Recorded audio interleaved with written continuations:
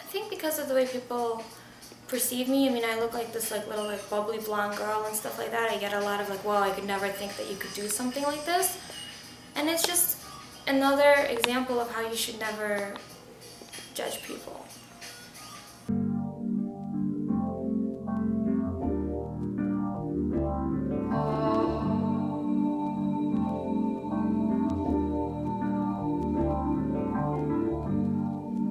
Think about it and understand it.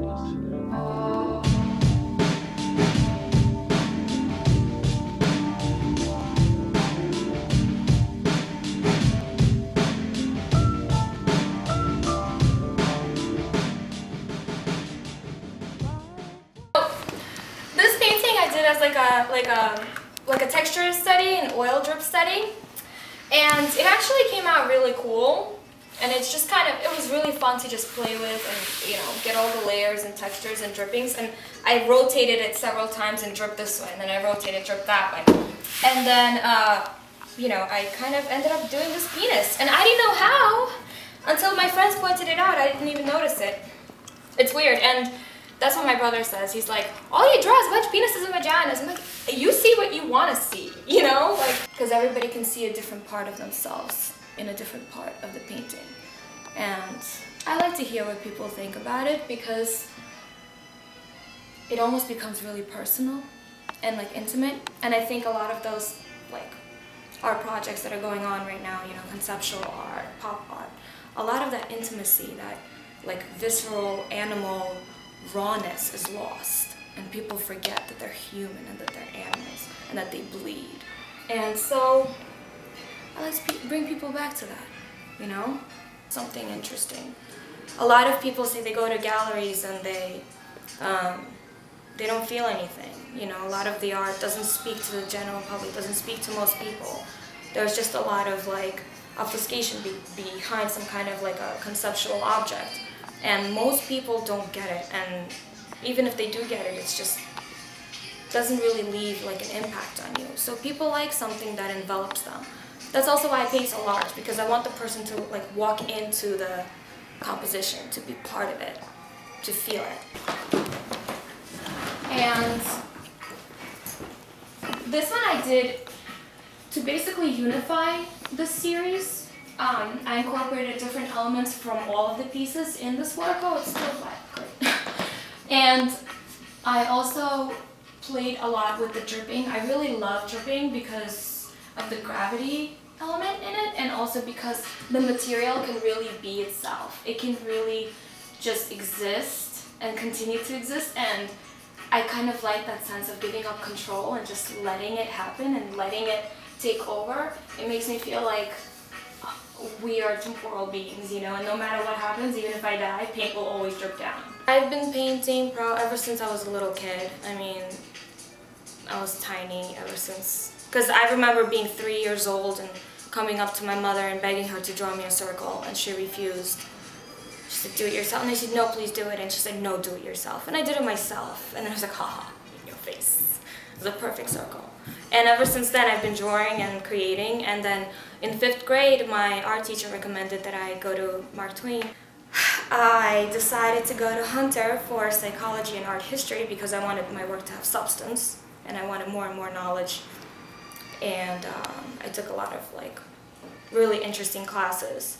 And then I started painting again. Then I ended up getting the studio, and the rest happened. So it's really exciting.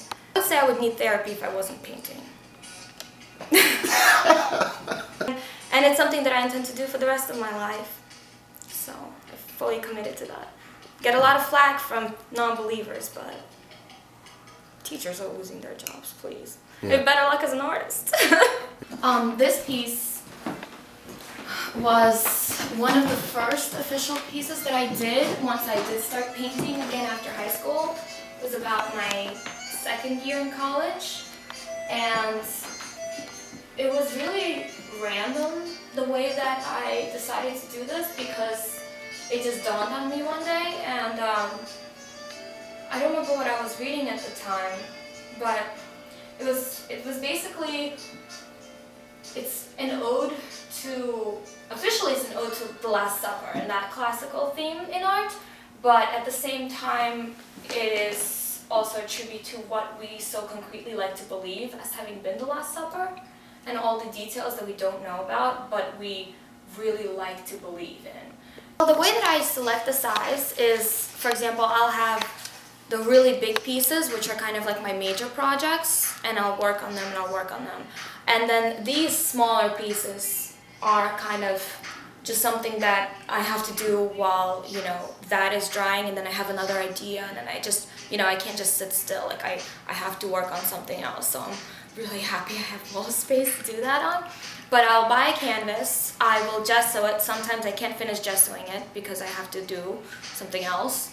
And I will use, like that one I'm using black gesso on, and I'm using that with the oil paint. The way they mix is very interesting because they reject each other. And then I use the ladders. I get on top of the ladder and, you know, and I just balance and I hope I don't fall. Sometimes I'll leave the door open so in case I do fall and I can't move, somebody can see me lying down and save me. That you like cut fabric with when Hold you... that. Oh my God. I think I blinked enough. No, you didn't. Okay, so this is very heavy and it's just going to topple down.